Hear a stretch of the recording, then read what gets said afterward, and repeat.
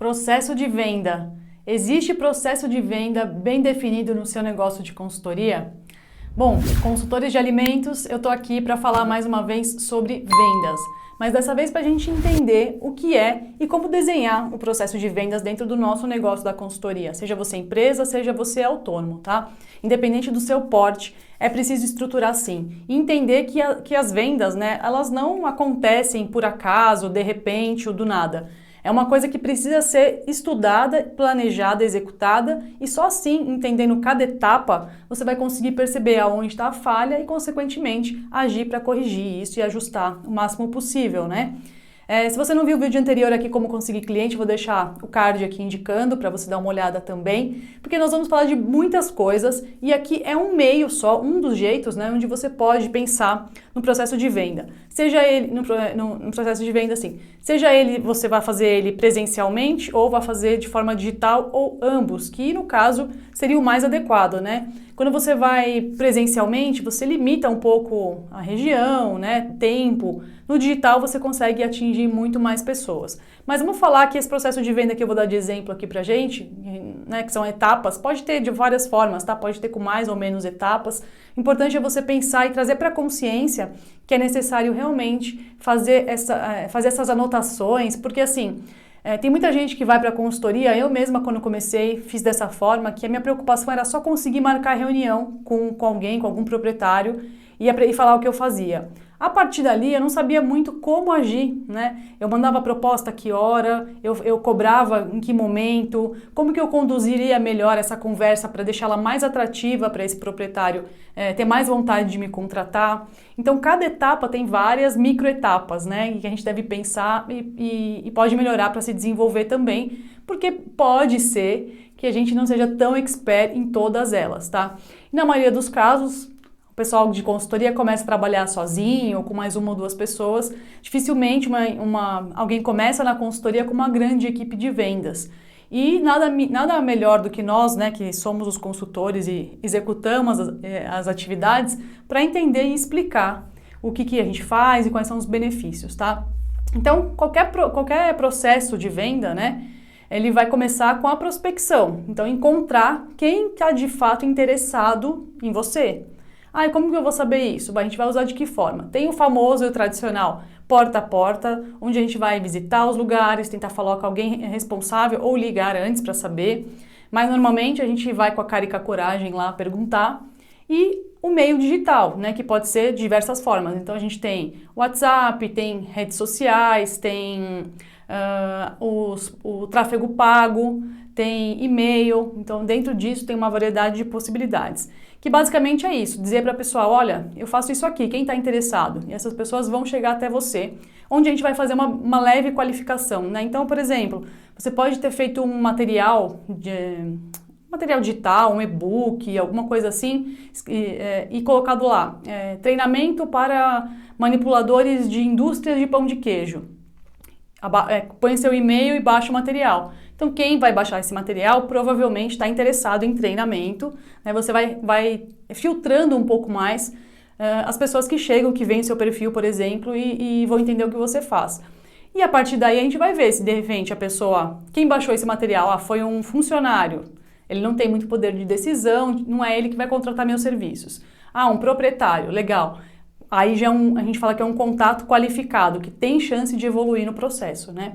Então tá bom, a gente vai ter esses contatos, né? Seja na forma digital, fazer um filtro e tudo mais que chega até você, e no presencial, que basicamente o filtro vai ser entender o lugar, o porte, em que momento está aquele estabelecimento, né? Você vai chegar em qualquer barzinho capenga da esquina que nem tem refrigeração na vitrine e achar que ele vai absorver seu serviço de consultoria. E aqui eu não estou dizendo, não, clientes pequenos, grandes, mais simples e mais ricos, tá? A gente, na verdade, é outra avaliação. Já atendi, aposto que você também já atendeu cliente de todo porte, pequenos, né? Depende muito da condição, mas com uma avaliação no olhar ali a gente já consegue perceber também, então você acaba fazendo um filtro nesse sentido também, tá? Bom, a segunda etapa qual que é? É o contato. Né? Nós temos aqui, estou pensando aqui no digital, mas no presencial seria a abordagem. Você vai fazer uma leitura do lugar e agora você vai abordar essa pessoa, você vai conversar com ela e vai então, nesse momento, praticar muito uma escuta. né? Porque aí você vai entender o que essa pessoa, em que momento essa pessoa, esse proprietário, esse estabelecimento está, o que ele está de fato procurando, o que ele está precisando, quais são as expectativas. E nesse momento também é o momento de fazer algumas perguntas abertas para entender, meio que uma investigação em forma de conversa mesmo. Então você vai ouvir muito e captar informações que vão ser úteis para as próximas etapas. E até no outro vídeo, um outro vídeo que tem aqui também eu falo, né? Você vai começar a entender qual porta do estabelecimento dele está aberta para você entrar, né? Então, o que ele está precisando para você pensar o que pode oferecer para atender essas necessidades, essa expectativa, esse desejo que ele está te informando ali na hora, tá? Então, realmente, é uma escuta sem ansiedade, né? A gente chega às vezes em reunião e quer falar logo o que faz, sem muitas vezes escutar o que a pessoa está dizendo. Ali naquele momento de conversa, ele é muito importante tanto para você cativar essa pessoa, entender o perfil dela, o jeito que ela fala, como se comunica, para você ajustar também a forma que você vai conversar, que tipo de linguagem você vai utilizar, né? Então, de repente, numa conversa ali, eu entendo muito bem que ali não é rotulagem que eu vou vender, ali é treinamento, ali é gestão de custos. Tá? Então, pela conversa, claro, nós vamos entendendo de fato o que é necessário ali para depois oferecer. Porque a gente não vai oferecer, de repente a gente não vai, na maioria das vezes a gente não oferece tudo o que é possível fazer. A gente vai direto ao ponto ali no que, o que ele comunicou que precisa, né? Então, a gente vai fazer essa abordagem, fazer essa escuta, entender direitinho, depois, então, a gente vai para a apresentação do que a gente faz de fato. E aí, a apresentação, a gente vai o máximo possível mostrar quais soluções, quais vantagens, benefícios que essa pessoa terá se fizer a contratação do nosso serviço. E aí também, é lógico, com o tempo, se você não tem muita habilidade nesse momento da fala ali, vai desenvolvendo, a gente tem que praticar, tem que fazer várias vezes para ir ficando melhor, mais solto, menos tímido. Aí você vai ter que adequar uma série de questões, postura, tom de voz, linguagem, tratar a pessoa pelo nome algumas vezes durante a conversa, olhar diretamente para essa pessoa, né? Então, isso tudo influencia ali na forma que você tá contando uma história, você está tentando levar essa pessoa para um caminho que você quer, que é o fechamento do contrato, né?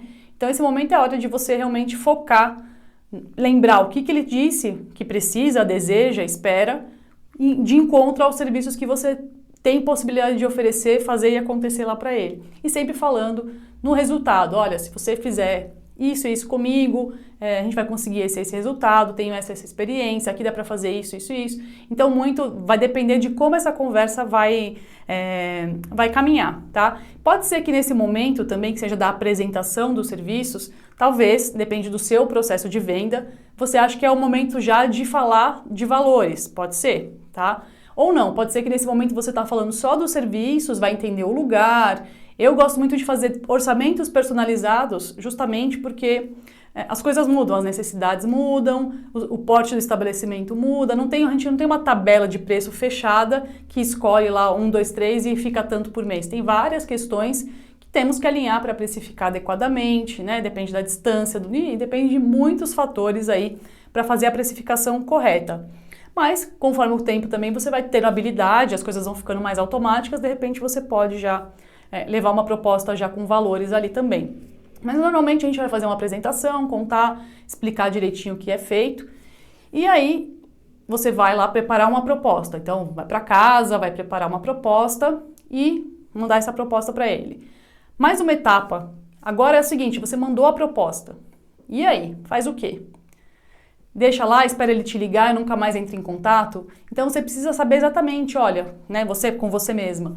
Depois que eu enviar a proposta para essa pessoa, eu determinei que depois de 3 dias eu entro em contato, eu ligo, mando WhatsApp ou vou lá pessoalmente para perguntar o que ele achou, entendeu, ficou alguma dúvida, é isso mesmo, né? Então você vai fazer o follow-up que fala, né, o acompanhamento, para não deixar esse contato que você fez lá ficar frio. Tá? Se você joga lá, esquece, daqui 1 mês você vai falar com ele, demora muito, ele já esqueceu, já passou outra pessoa lá, não deu mais importância. Então você tem que manter esse contato, esse processo quente, ativo, fazer ele lembrar de você sem ser um vendedor chato, né? Inconveniente. Então é legal, olha, eu vou fazer uma tentativa de contato via e-mail, depois eu vou mandar um WhatsApp, depois eu vou passar lá pessoalmente para ver se eu consigo pegar, né, ele lá para falar sobre a proposta que eu mandei.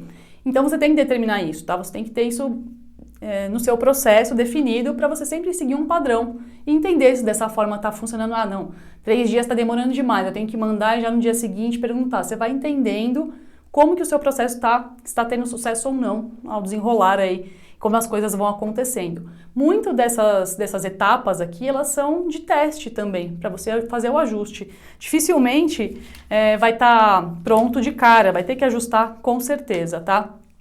Então, beleza, a gente vai fazer esse acompanhamento e vai para a 5ª etapa aí, que é a de negociação, né? Olha, Juliana, eu gostei, sim, você pode vir aqui para a gente conversar?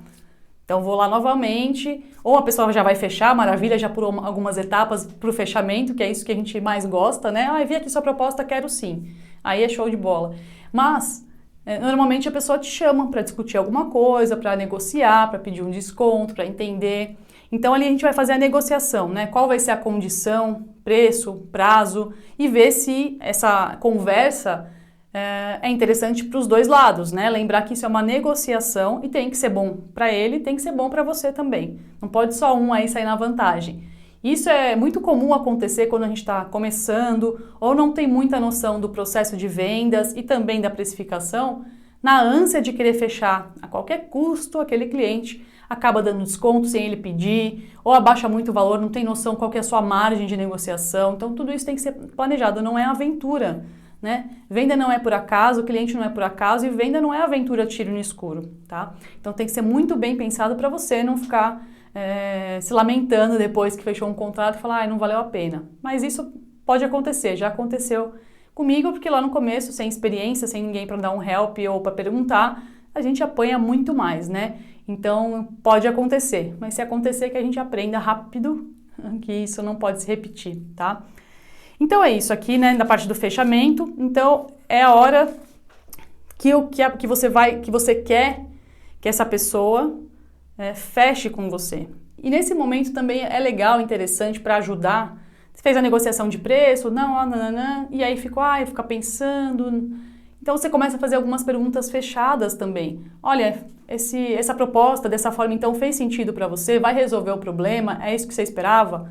Vamos fechar então? Vamos assinar agora para começar o mais rápido possível? Então, perguntas que não levem a muitos lugares, que a resposta seja sim ou não, o máximo possível para você ir levando ele para o final dessa conversa e para a assinatura. Então, qual que é a sua... Então, legal, senhor fulano, qual que é a melhor forma de pagamento? Qual o dia melhor para você? Então, você vai tentando concluir essa conversa para que ele tome a decisão final, que é de assinatura de contrato, fechamento de contrato, tá? E aí, beleza, se a gente fechou o contrato, maravilhoso. E depois a gente vai ter só mais uma etapa, que é a de pós-venda, que é importante também, tá? Então, a gente vai ter 2 situações. Uma situação onde você trabalha sozinha com consultoria, lá sozinho com consultoria, e é você que vai fazer todas as visitas. Você não tem equipe, você tá lá todo dia, né, combinado, ou na frequência combinada. E aí o pós-venda existe mesmo assim, que é em determinados momentos, periodicamente, que você vai definir dentro do seu processo também, chegar para essa pessoa responsável e perguntar, e aí, tá gostando? O que você está achando? Né? E não ter medo dessa resposta, porque muitas vezes as pessoas evitam essa conversa porque não quer ouvir crítica, né? Ninguém gosta, mas é muito importante, porque se tiver alguma coisa, você tem tempo de corrigir, você vai saber o que está ali falho, você vai dar mais atenção, vai dar mais prioridade. Às vezes é uma percepção da pessoa, de quem está te contratando, não está acompanhando o seu trabalho todo dia, está achando que falho tal coisa, se for, você tem como mostrar. Ou então, de repente, você está falhando realmente naquele ponto que foi levantado e você vai conseguir dar conta. É muito melhor você sofrer um pouquinho com a crítica do que dali 3 meses do contrato ele cancelar e você não saber por quê, achava que estava arrasando lá e no final não contratou. Então é importante, olha, pode ter um minuto, na reunião no final do mês que a gente vai falar dos resultados também, você aproveita e pode perguntar, olha, no geral, tá atendendo, tá dentro do que você esperava, do que a gente combinou, olha, estou conseguindo atingir esse resultado, mas esse não por conta disso, disso e disso, então você vai explicar o andamento do seu trabalho também, muito além de resultado de checklist, tá? Você tem que trazer isso para realmente sair do amadorismo e tornar isso mais profissional. Você vai passar mais confiança para quem está te contratando, Fala, não, a pessoa está realmente preocupada com a qualidade do que está me entregando, está disposta a melhorar, mudou alguma coisa aqui dentro. Então, tudo isso faz parte também, porque é a manutenção do seu contrato, né? Lembra como foi difícil, desde a etapa 1, chegar, procurar, negociar, até fechar? Custou, não custou tempo, custou dinheiro, você investiu em tráfego, e aí é muito, então, interessante, importante que a gente mantenha esse contrato o máximo possível. Então, é fundamental essa etapa também. E também no caso, de repente, falei que tinha duas situações, né, onde você está lá todo dia e é mais fácil. E pode ser que você tenha uma empresa de consultoria e tenha pessoas que trabalhem com você e é outra pessoa que faz a visita periodicamente lá no estabelecimento. Você, como proprietário do negócio, é muito importante que você visite esse lugar. Não é para largar a pessoa lá, senão não precisa de você. Né? Por que a pessoa precisa de você lá e não contrata direto outra? Não, você vai lá fazer uma social. Era uma coisa que eu falhava muito no começo, porque eu não via a importância desse papinho. Às vezes a proprietária não quer nada demais, te chama lá porque ele quer conversar, escutar, falar com a dona da empresa. Quando eu tive empresa de consultoria, isso acontecia muito, né? Minha sócia também, a gente tinha as funcionárias, fazia as visitas, as supervisões, mas às vezes o proprietário ligava e falava assim, você pode vir aqui? Aí a gente fala, ih, deu problema lá...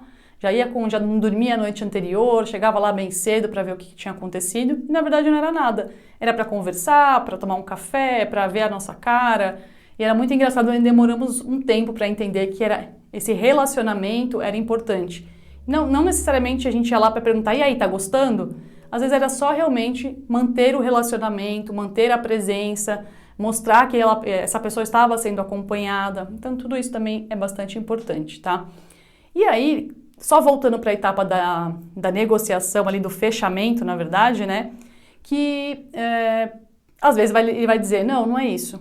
E aí, se você tiver a oportunidade, perguntar, olha, não é isso, você não gostou da proposta, é o valor, não é isso que você estava esperando, como a gente pode chegar a gente pode fazer diferente, posso fazer alguma coisa? E aí você vai analisar se dá para fazer alguma coisa diferente. Às vezes, fornecer uma proposta mais barata, se for isso que ele quer, se ficar insistindo num desconto que você não pode dar, você fala, olha, tudo bem, se 2 vezes por semana não está fora do seu orçamento, então vamos tentar começar com uma, talvez a gente demore um pouco mais, mas já vai ser alguma coisa aqui dentro do seu estabelecimento acontecendo, modificando, e com certeza você vai ver resultados sem dúvida nenhuma. Depois, você pode analisar e a gente pode rever essa frequência, ver se está legal assim, se dá para aumentar. Vamos crescer junto, vamos evoluir junto. Então, se colocar também ali como parceiro, olha, vamos fechar essa parceria aqui, tenho certeza que vai dar certo.